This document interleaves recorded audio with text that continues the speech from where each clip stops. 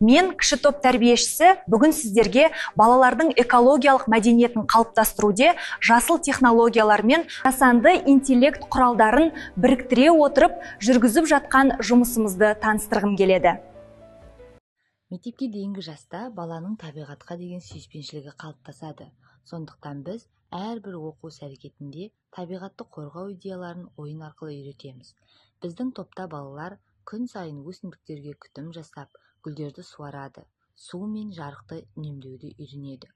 Сонымен қатар қағаз, пластик және басқа да қалдықтарды бөлек жинап, олардың сұрыптаудың алғашқы дағдыларын меңгеріп келеді. Балалардың қызығушылығын арттыру мақсатында оқу процесіне жасанды интеллект құралдарын енгіздік.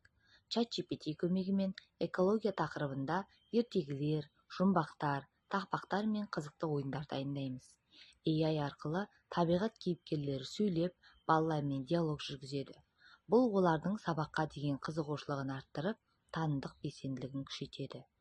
Canva AI және басқа да AI сурет генераторлары арқылы табиғат, жануарлар мен өсімдіктердің көрнекіліктерін дайындаймыз. Балалар суреттерді бақылап, оларды сипаттап, табиғат туралы өз ойларын еркін жеткізеді. Сабақ барысында балалар қайта өңдеуге болатын материалдардан түрлі қолөнер бұйымдарын жасайды. Осылайша олар кез келген затты бірден қоқысқа тастамай, қайта пайдалануға болатынын түсінеді.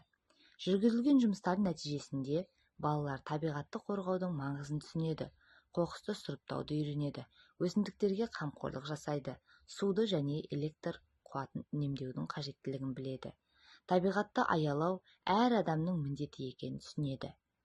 Біздің мақсатымыз балаларға тек білім беру емес, табиғатты сүйетін, қоршаған ортаға жанашыр тұлға тәрбиелеу.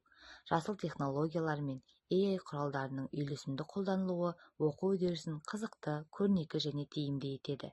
Бұл балалардың шығармашылығын, ойлау қабілетін және экологиялық мәдениетін дамытуға үлкен мүмкіндік береді.